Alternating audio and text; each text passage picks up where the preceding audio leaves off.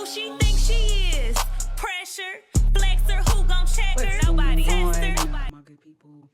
You are now tuned in to The Alarm is On. I wasn't getting a lot of views with the other strategy that I, tried to put out. So I changed it, as y'all seen last week, and that seemed to get a lot more interaction. For some reason, people like seeing people eat and talk. So that's cool. I'm just, want to get the word out there about, recovery and how to strategize trauma and, be more aware of it. That's my whole ordeal. That's my whole objective. So I just wanted to get on today and talk about trauma, experiencing trauma from your childhood in your past, and then dealing with it in the present in any form of relationships. Me right now, I like to be honest. I like to keep everything A1 and straight to the point and don't sugarcoat nothing. I'm kind of experiencing that trauma from past relationships, from childhood and everything else. And I'm experiencing that in a healthy relationship. I've never been in a healthy relationship. I've never been in one where we're communicating and, just putting everything out there as adults. And it is truly hard to accept that I still have trauma that's from the past that I need to work out so I can continue to be healthy in any form of relationship. So basically like survival mode, if you will. As children, we develop coping mechanisms to deal with the instability, the neglect, or conflict in our adulthood. These strategies can harden into bad habits. So all I'm saying is you get hyper independent. And that's what I developed because I'm so used to carrying it all on my own, doing it all on my own. And you kind of get this belief that I can only rely on myself. And that's exactly what I'm experiencing right now. Like letting someone carry the load. No one ever done that. It can't be real. But even if it's real or if it's not real, in due time, you will see people's true intentions. You know what I'm saying? You just have to let that play out and not sabotage yourself. So just not being so hyper vigilant and constantly scanning and trying to searching for things. And I think that's what I'm experiencing right now. You from being a child and, experiencing some crazy stuff as a kid and then growing up and experiencing relationships that didn't work out. So it's kind of, it can take a toll on you if you're not aware and you run people off basically. And that's what I've been experiencing.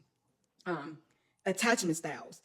Anybody that know me know that I've already had trauma and kind of got the sense of attachment issues. So now as an adult, I kind of not like detach from people and it's slightly easy, but it's not healthy. The blocking, the toxicity of like just doing away with people when I feel like I'm, what I'm saying, it's not best for me or however, but sometimes it could just be the overthinking in your head, irrationalized thinking and not what's really going on in reality. We develop all these unhealthy coping mechanisms and it just experience from trauma, like from all your trauma, I want to say, I call it the brick.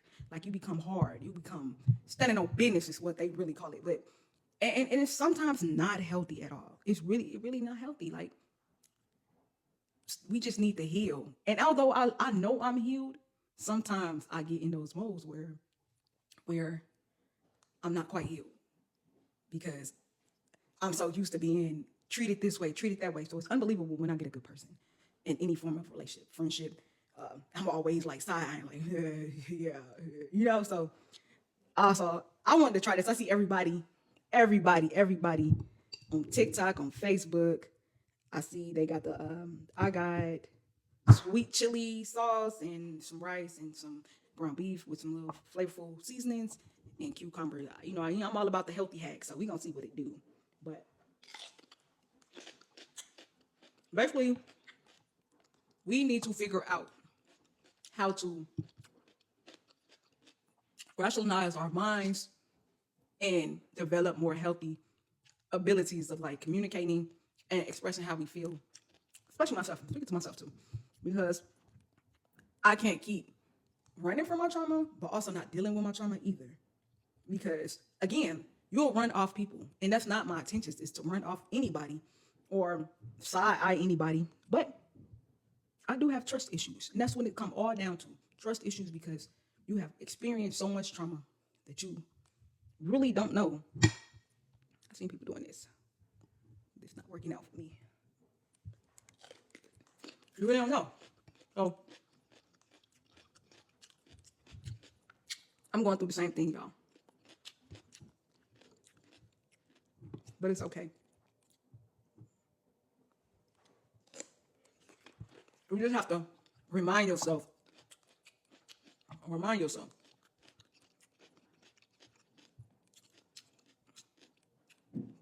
You know what red flags are. You know what green flags are. And kind of go with the motion. Don't go with the motion of being treated wrong. But if you know you're being treated right, just let. Just let. Don't look for the in between. And that's kind of what I need to do.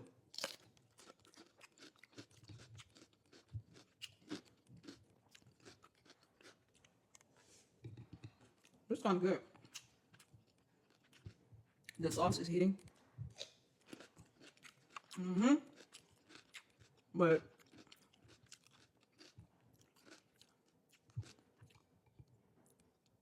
I hate it too because I got a lovely girlfriend that pretty much is there for me every kind of way.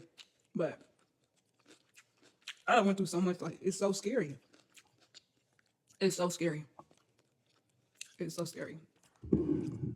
Also got this, y'all.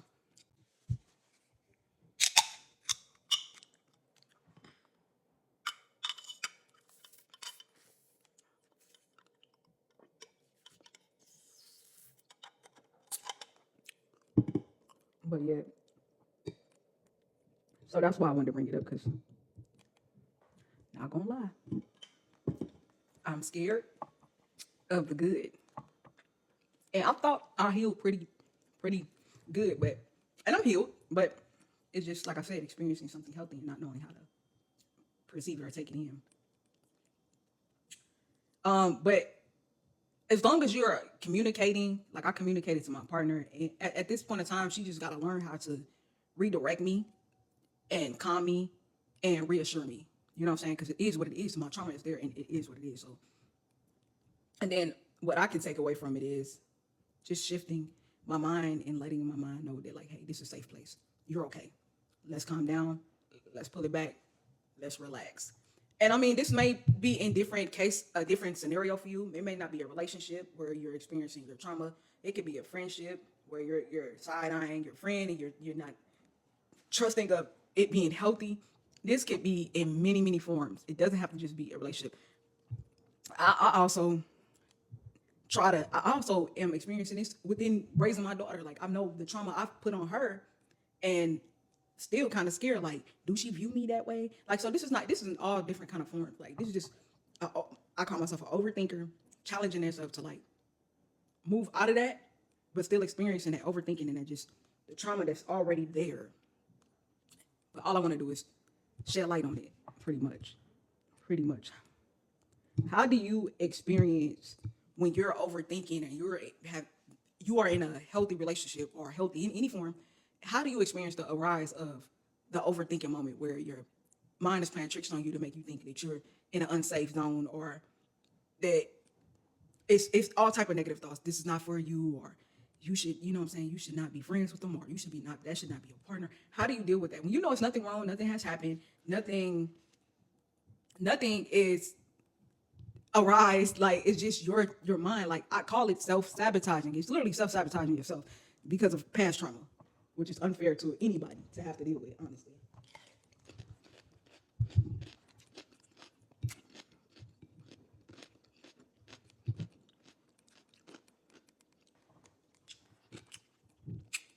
It's pretty good.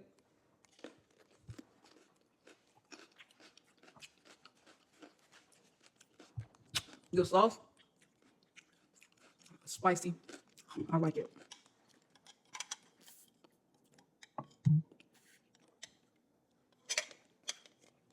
Drop in the comments.